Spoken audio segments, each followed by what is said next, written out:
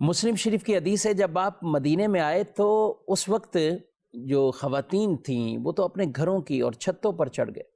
اور جو بچے، غلام، خادم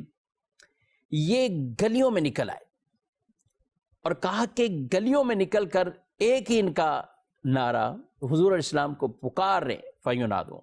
کیسے؟ یا محمد، یا رسول اللہ۔ گویا کہ حضور علیہ السلام کا استقبال کیا انہوں نے، اور ایک جلوس کی کیفیت ہے، اور آپ کے نعروں کو بلند کرتے ہوئے مدینہ پاک میں آپ کا اس انداز سے، اس شان و شوکت کے ساتھ استقبال کیا۔ اور وہ ہجرت کا ہی موقع تھا کہ جب آپ صلی اللہ علیہ وسلم مکے سے مدینے کی طرف آ رہے ہیں تو ایک قبیلے کے لوگ جو آپ صلی اللہ علیہ وآلہ وسلم اور آپ کے ساتھیوں کو، وہ گویا کہ ایک دشمنی اور عداوت رکھتے ہوئے آپ کے پاس آئے اور آپ کو شہید کرنے کے در پہ تھے، لیکن جب آپ کے قریب آئے تو آپ صلی اللہ علیہ وسلم کا دیدار کیا، پیارے کریم آقا صلی اللہ علیہ وسلم کا مبارک چہرہ دیکھا، تو بس پھر یہی دیکھتے رہے، کلمہ پڑھ کے مسلمان ہو گئے۔ وہ جو آپ کو گرفتار کر رہے ہیں یا شہید کرنے کا ارادہ ہے، وہ کلمہ پڑھ کے مسلمان ہو جاتے ہیں، اب آپ کی محبت میں ہی گرفتار ہو جاتے ہیں، اور پھر کہتے ہیں کہ اب آپ کا داخلہ اس طرح نہیں ہوگا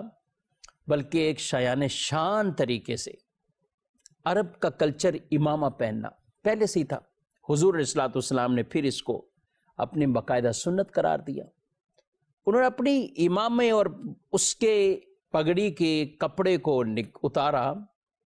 اور وہ اپنے نیزوں پر لگا لیا، تو گویا کہ انہیں پرچم بنا لیا، اور پرچم بنا کر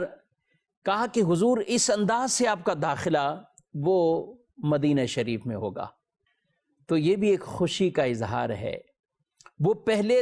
جو افراد دشمنی پر تھے، لیکن جب آپ صلی اللہ علیہ وآلہ وسلم کی محبت میں گرفتار ہو گئے، گویا کہ عاشق بن گئے، مسلمان بھی ہو گئے، اور اب ان کی محبت، حالانکہ حضور علیہ السلام نے یہ فرمایا نہیں کہ تم اس طرح پرچم لے کر میرے آگے آگے جاؤ، لیکن محبت خود ہی رہنمائی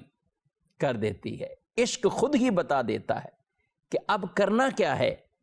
تو وہ محبت کے اندر ہی کہتے ہیں یا رسول اللہ صلی اللہ علیہ وسلم، اب آپ کا داخلہ اس انداز سے ہوگا کہ ہم آگے آگے یوں گویا کہ پرچم لہراتے ہوئے،